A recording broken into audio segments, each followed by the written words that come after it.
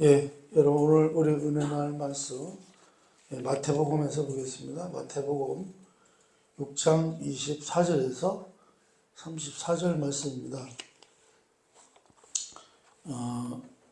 오늘은 원래 고린도 전서인데요. 오늘은 추수감사절이라 다른 말씀을 가지고 오늘 나누는데요.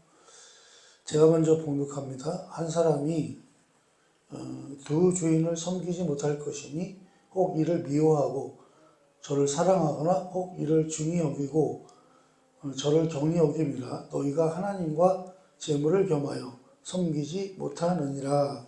그러므로 내가 너희에게 이르노니 목숨을 위하여 무엇을 먹을까 무엇을 마실까 몸을 위하여 무엇을 입을까 염려하지 말라.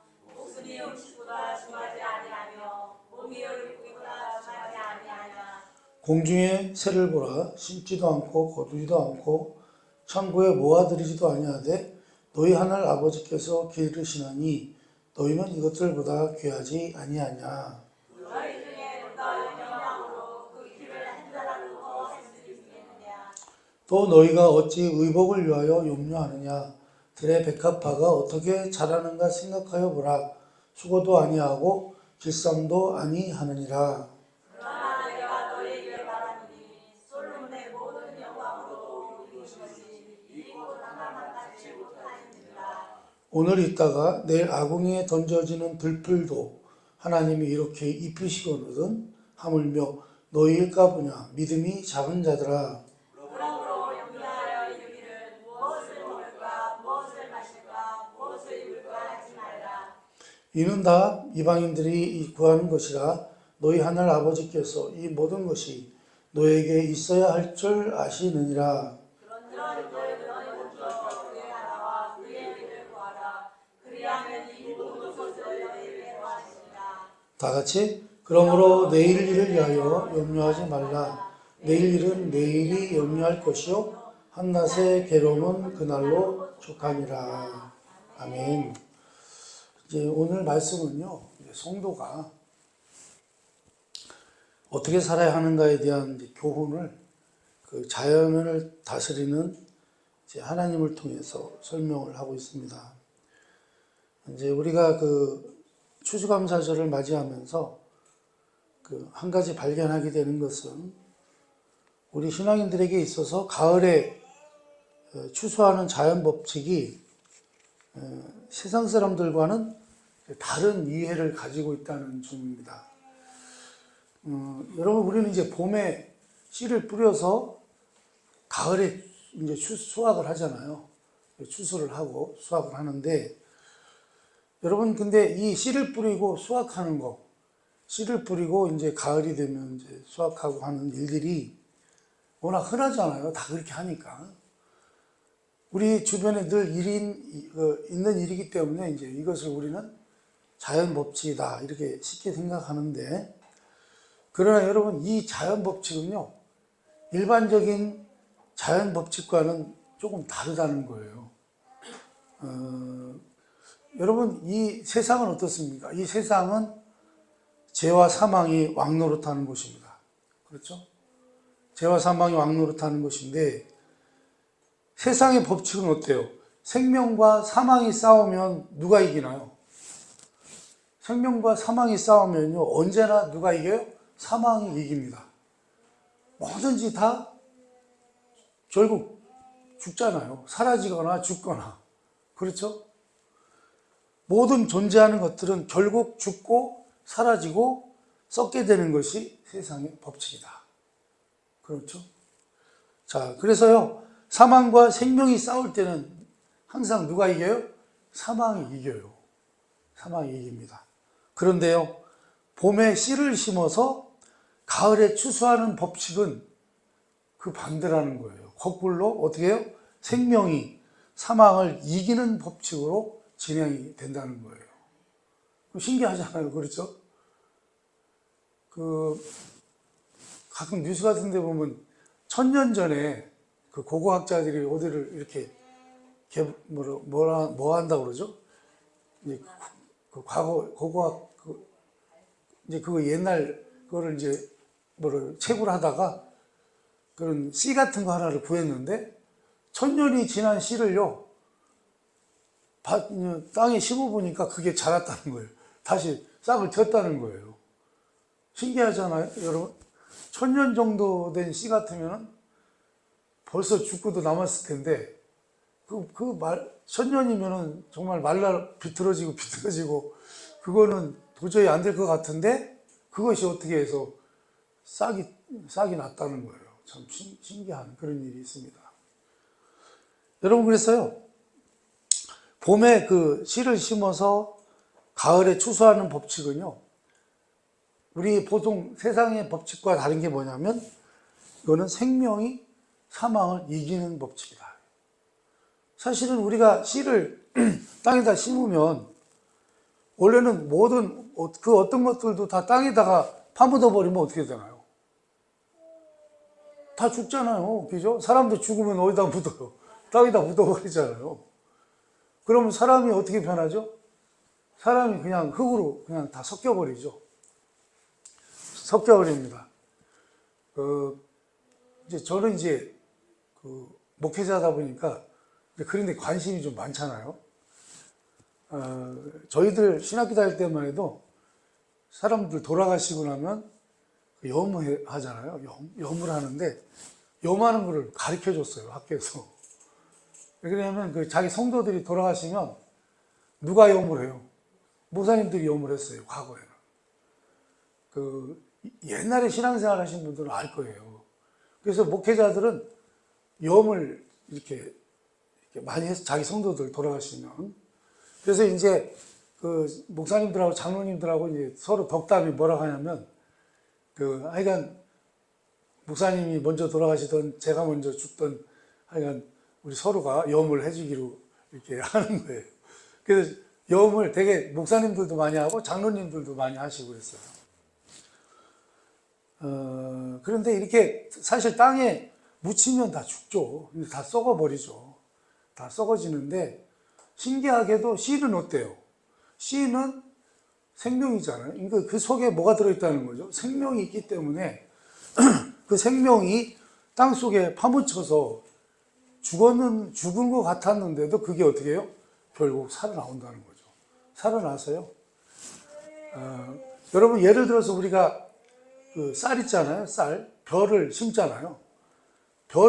벽시 하나가 여러분, 알곡을 몇 알곡을 맺히는지 아십니까? 하나의 벽시가. 네? 하나의 벽시가요. 100개에서 150개 사이래요. 그래서 평균 130개 정도가 맺힌다고 그래요. 이렇게 왜 가을에 추수할 때 보면 이렇게 고개를 숙이고 있잖아요. 그러니까 하나가 몇 개가 되는 거예요? 130개가 되는 거예요. 놀랍지 않습니까? 그래서 우리가 이제 땅에 씨를 심는 이유는 그 씨가 땅에 묻혀서 땅 속에 있는 그 자양분을 받아서 자라고 결실한다고 하는 것을 알기 때문에 씨를 뿌리는 거죠. 씨를 심는 거죠.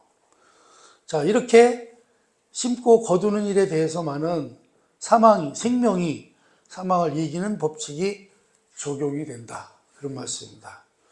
그래서요, 우리가 고린도전서 15장을 읽어보는데요. 이거는 이제 부활에 대한 것입니다. 부활에 대한 것인데, 한번 51절서부터 54절까지 한번 쭉 읽어봅니다. 시작. 보라, 내가 너희에게 비밀을 말하노니 우리가 다 잠잘 것이 아니요 마지막 나팔에 순식간에 뿌연히 다 변화되리니 나팔 소리가 나매 죽는 자들이 썩지 아니할 것으로 다시 살아나고 우리도 변화되리라. 이 썩을 것이 반드시 썩지 아니할 것을 입겠고 이 죽을 것이 죽지 않음을 입으리로다. 이 썩을 것이 썩지 아니함을 입고 이 죽을 것이 죽지 않음을 입을 때에는 사망을 삼키고 이기리라고 기록된 말씀이 이루어지리라. 아멘. 이제 이거는 이제 마지막 때 부활에 대한 설명이죠. 사도 바울이 이제 고린도전서 15장을 부활장이라고 그러는데 부활에 대해서 잘 설명을 해놓은 내용입니다. 그래서 부활에 관한 설명은 뭐죠? 사망을 삼키고 이기리라는 거예요. 그러니까 사망을 이긴다는 거죠. 사망을 이겼으니까 부활을 하는 거죠. 그래서 생명이 사망을 이기는 날이 드디어 반드시 온다. 그런 말씀입니다. 자, 그래서요, 그 봄에 씨를 뿌려서 가을에 거둔다고 하는 것은 사실 얼마나 흔한 현상입니까? 그러나 여러분, 생명이 사망을 이기고 30배, 60배, 100배의 결실을 하는 법칙을 보면서 하나님이 우리에게 주신 것이 무엇인가 하는 것을 깨우쳐야 한다. 그런 말씀입니다. 자, 그런데 여기서 생명은 누구를 말하는 거죠? 생명을 얻은 나와 여러분을 말하는 것입니다. 그렇죠? 나와 여러분을 말하는 것인데, 그러나 우리가 우리의 신앙을 제대로 펼치지 못하는 가장 큰 이유는 뭐냐면 우리가 너무 무력해 보이기 때문에 그래요. 왜 무력해 보이냐면 씨는 어때요? 한 알의, 예를 들어서 성경에 나오는 것처럼 한 알의 밀알, 한 알의 밀 같은 경우 이렇게 겉보기에는 어떻습니까? 겉보기에는 별로 뭐 그렇게 좋게 보이지 않잖아요. 중요하게 보이지 않잖아요. 뭐라 그럴까요? 하늘의 밀알이라고 해봐야, 그러니까 우리 벽시하고 똑같죠. 그 벽시 참 바람에 불면 훅 날아갈 것 같은 그 벽시, 그런 것들이 땅에 심기어지는 것 같아서요. 우리는 세상에 나갈 때 우리가 그들 속에 결실하는 존재라는 생명의 법칙을 그만 잃어버린다. 무슨 얘기냐? 여러분, 우리가 씨앗이에요. 우리가 씨예요. 땅은 뭘 의미해요? 세상을 의미하죠. 우리가 어디에 심겨요? 땅에 심겨요. 세상에 심겨요. 그래서 우리는 어떤 사람이 돼야 돼요? 그 생명이 땅속에 묻혔으니까 우리가 다시 살아나가지고 어떻게 해야 돼요? 30배, 60배, 100배의 결실을 맺는 신앙생활을 해야 된다, 그 얘기예요. 그래서 누가 이기는가를 보라, 그런 얘기입니다. 생명이 이기게 돼 있다는 거예요. 여러분, 땅속에 파묻힌 그 씨가 그 땅속에 계속 있을 것 같지만 결국은 싹이 틔우고 뭐라 그러죠? 자라게 되잖아요. 그래서 결국 열매를 얻게 되잖아요. 그래서 여러분, 생명이 이기게 돼 있는데 이 싸움을 하지 않는다면 이 가을을 맞이할 자격이 없다, 그런 말씀입니다. 자, 그래서 갈라디아서 6장을 한번 보겠습니다.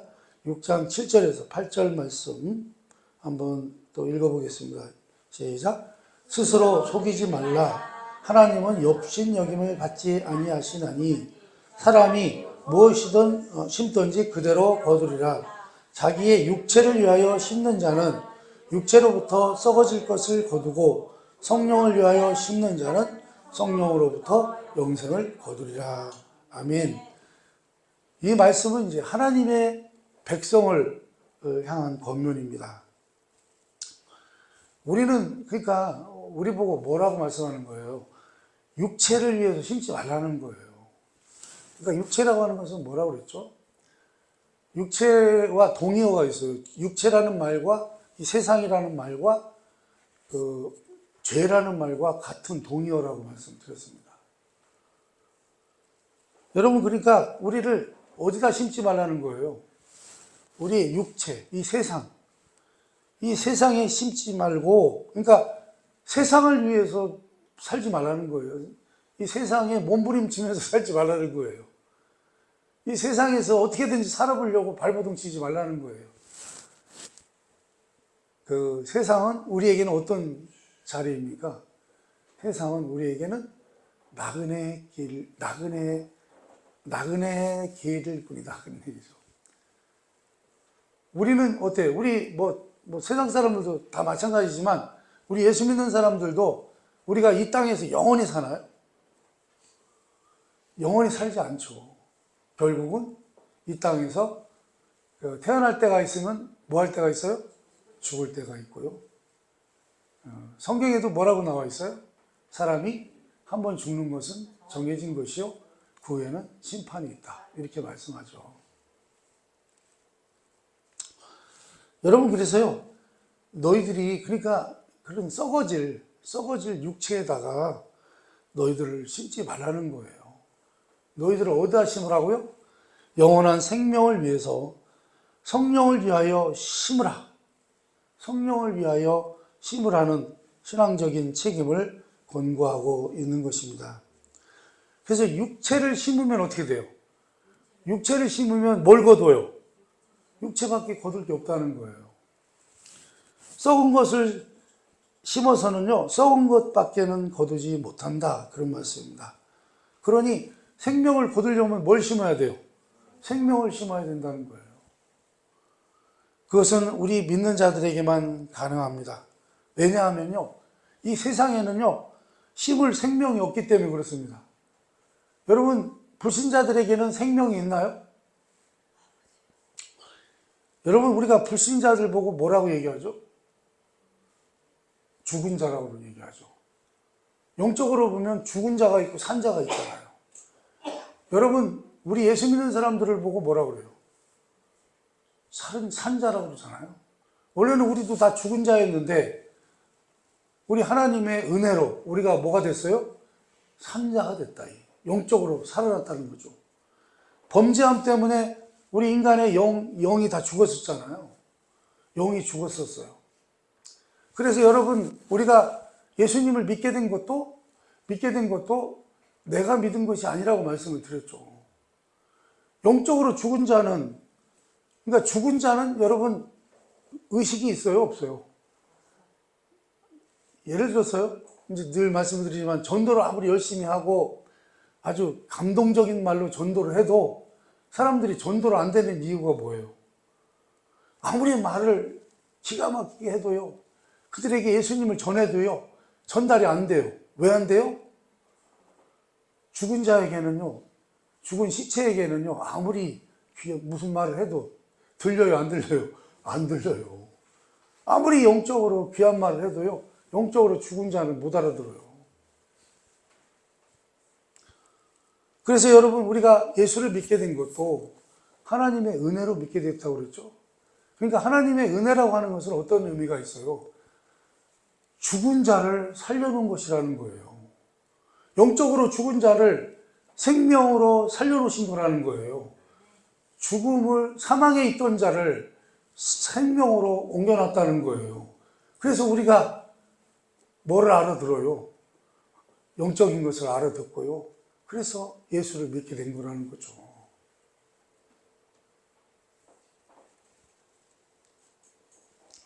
그래서 여러분, 이 세상은요, 심을 생명이 없기 때문에 그들은 영생을 거두지 못합니다.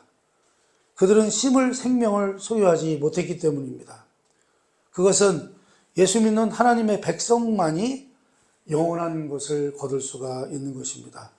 이게 바로 우리의 뭐예요? 우리의 특권이라는 거죠. 우리 믿는 자들의 특권. 신자된 보상이 무엇입니까? 신자된 자랑이 무엇입니까? 늘 확인했듯이 죄를 기준으로 합니다. 여러분, 우리가 예수 믿기 전에는 우리 신분이 어떤 신분이었죠? 우리의 신분이 어떤 신분이었어요? 우리는 세상에 살 때 우리의 신분은요, 죄의 노예였습니다. 뭐였다고요? 죄의 노예, 죄의 종이었습니다. 여러분, 그래서요, 여러분, 한마디로 영적으로 죽은 자였다는 거죠. 그래서 종이라고 하는 것은 자기 의견이 있습니까? 없습니까? 종은 자기 의견이 없어요. 종은 그냥 주인이 뭐 하라는 대로 하면 돼요. 그냥 주인이 시키는 대로만 하면 되는 거예요.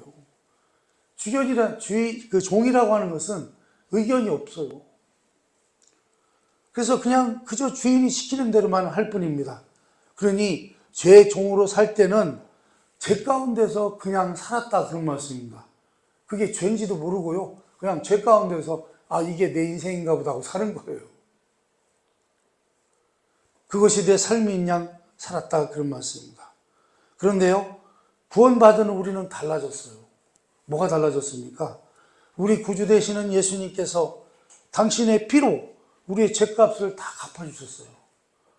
우리 하나님 아버지의 계획대로 우리를 위하여 죽으심으로 우리를 속량하셨어요. 속량이라는 게 무슨 뜻이죠? 우리가 죄의 노예였었는데 죄값을 그 노예였던 그 죄값 빚을 갚아주고 우리를 찾아오신 거라는 거예요. 우리 예수님의 피로 우리는 값주고 산 귀한 존재인 것을 깨달으시기 바랍니다. 우리 예수님이 십자가에서 달려서 죽으신 그 피값으로 우리를 사신 거예요. 그러니 여러분 이제 우리는 죄의 종으로부터 자유함을 얻은 것을 믿으시기 바랍니다. 이제는 죄로부터 우리는 뭐예요? 해방됐잖아요. 이제 죄의 노예가 아니오.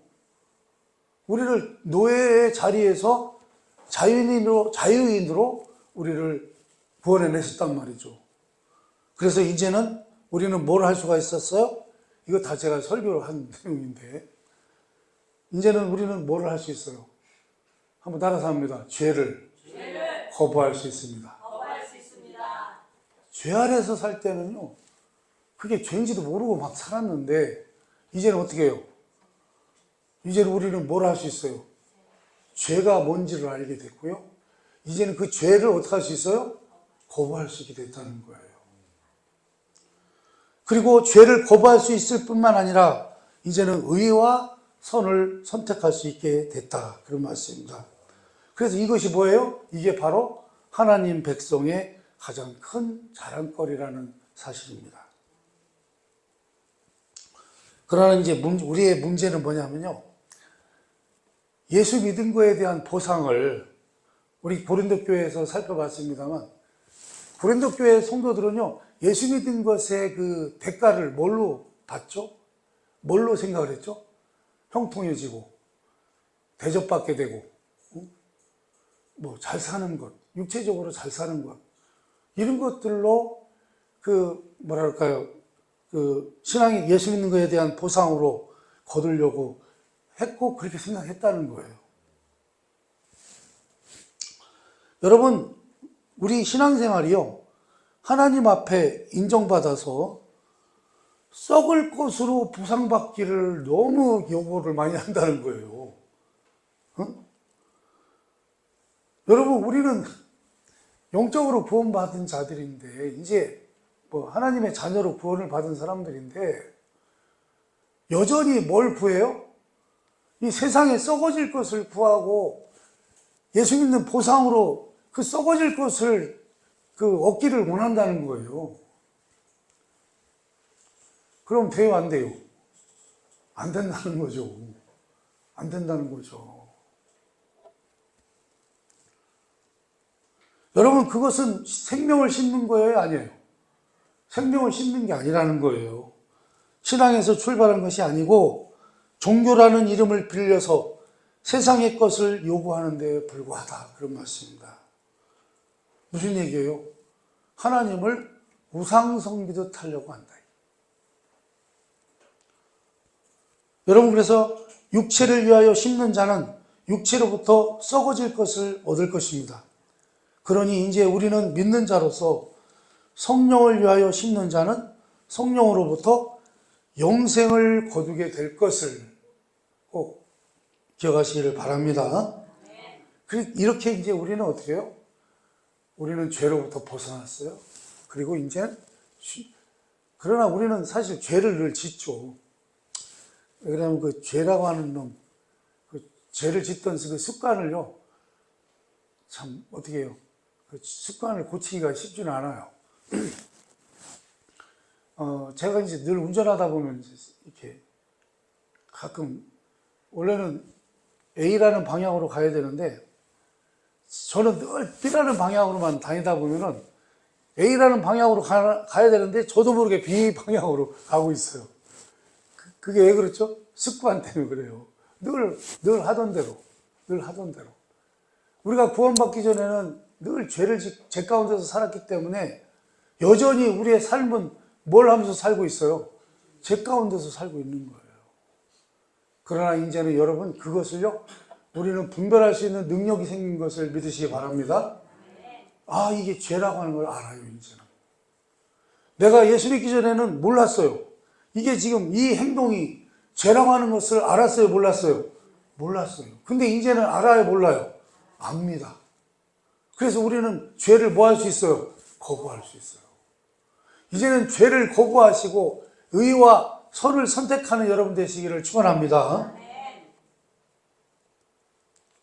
그래서 이제는 우리는 우리 자신을요, 의의 병기로 하나님의 사람으로 드디어 사용하며 하나님의 손에 맡길 수 있게 됐다. 그런 말씀입니다. 그러니 우리만이 이 가을에 추수할 수 있는 것입니다. 그러나 생명을 심지 않은 것을 어떻게 가을에 수확할 수 있겠습니까? 만약에 봄에요, 돌을 심어놓고 가을에 추수하기를 바라는 자가 어디 있겠습니까? 우리는 뭘 심어야 돼요? 종자, 그 씨를 심는 자만이 가을에 수확할 수가 있는 것입니다. 그러니 이 가을에 감사절을 맞이하면서요, 우리가 거둔 것이 무엇인가를 돌아보시기를 바랍니다. 내가 무엇을 거두기를 원했는가? 무엇을 거두기를 위해서 어떤 씨를 심었는가? 그리고 갖고 왔는가? 그것을 보시기를 바랍니다. 그런데 안타깝게도 우리는요, 심지도 않고 거두지도 않습니다. 여러분, 신앙인들 대부분은요, 신앙을 현실에서 쓸 수 있다고 믿질 않아요. 여러분, 내가 신앙인인데 여러분들 정말 세상에 나가서 신앙인처럼 살고 계십니까? 신자처럼 살고 계십니까?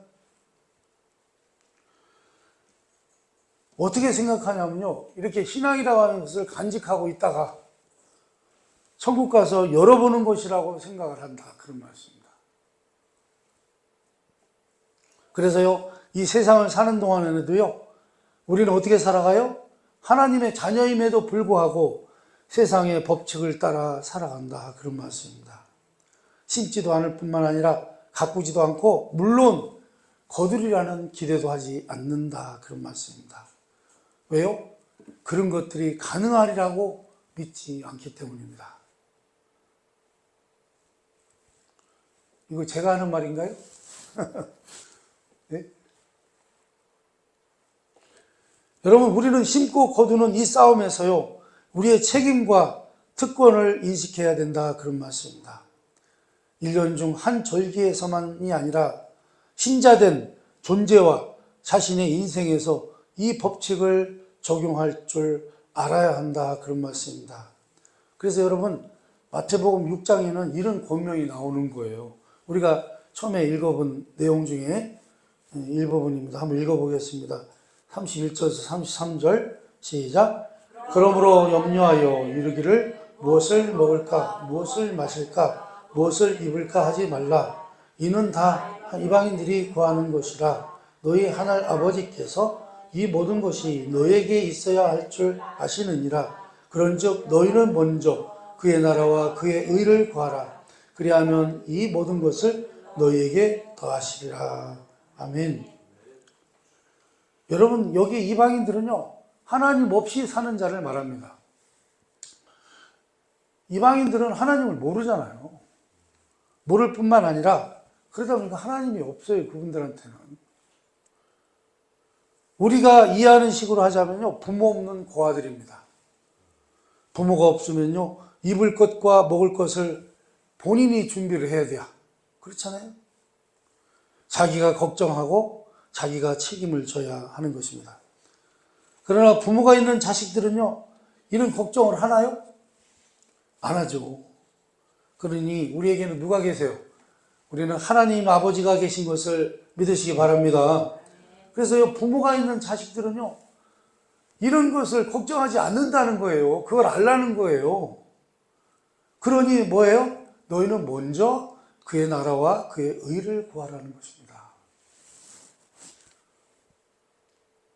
이해가 되시면 아멘 하시기 바랍니다.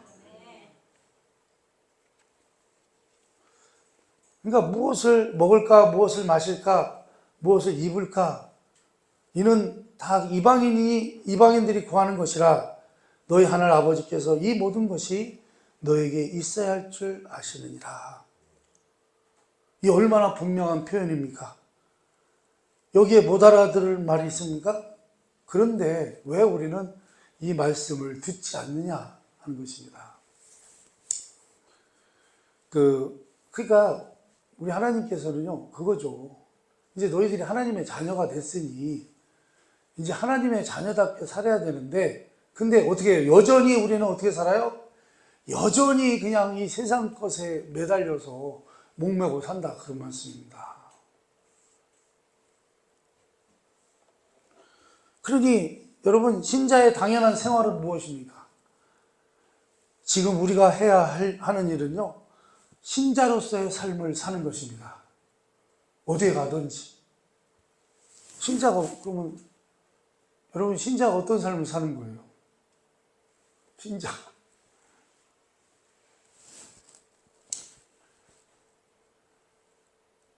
믿는 자답게 사는 거죠.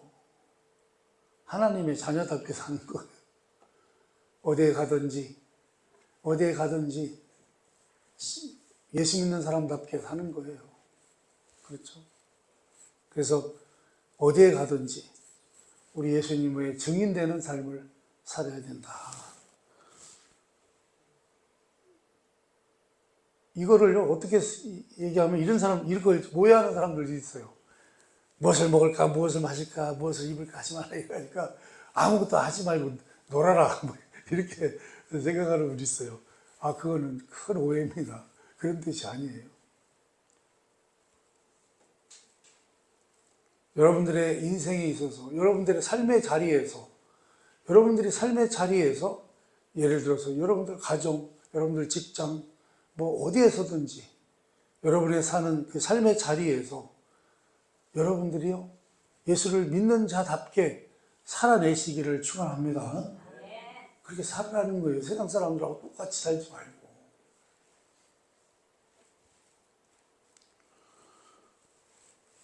여러분, 그래야 여러분,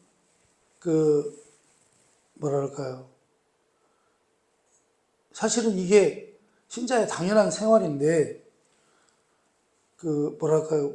우리가 해야 할 일은 신자로서 삶을 사는 것인데, 아무것도 하지 않는다는 거예요. 교회 안에 사실 이런 사람들이 제일 많다는 거예요.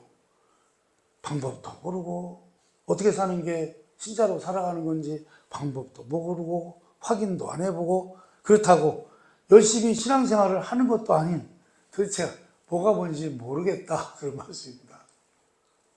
그러니 여러분, 이제 수주감사절을 맞이해서 여러분들의 신앙을 점검하시기를 바랍니다.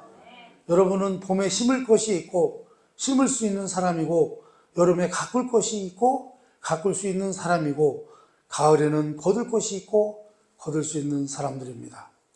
그 내용과 자격이 있는 유일한 사람들인 것을 깨달으시기를 바랍니다. 여러분들이요, 예수 믿기 때문에 이런 자격이 생긴 거예요. 생명을 심고 생명을 거둘 수 있는 여러분이 되셨다, 그런 말씀입니다. 그러니 이런 일들을 행하지 않고는 결실한 것을 먹고 있고 할 자격이 없다, 그런 말씀입니다. 우리가 어떤 사람인가를 영적인 차원에서 확인하셔서 이 대자연을 통해서 확인시키시는 하나님의 통치와 섭리와 우리에게 약속하신 생명의 법칙에 대한 권면들을 제대로 순종하는 여러분 되시기를 바랍니다. 그래서 여러분의 존재와 인생을 하나님의 사람으로서 사랑하는 자랑과 충성이 있기를 주님의 이름으로 축원합니다. 기도하겠습니다.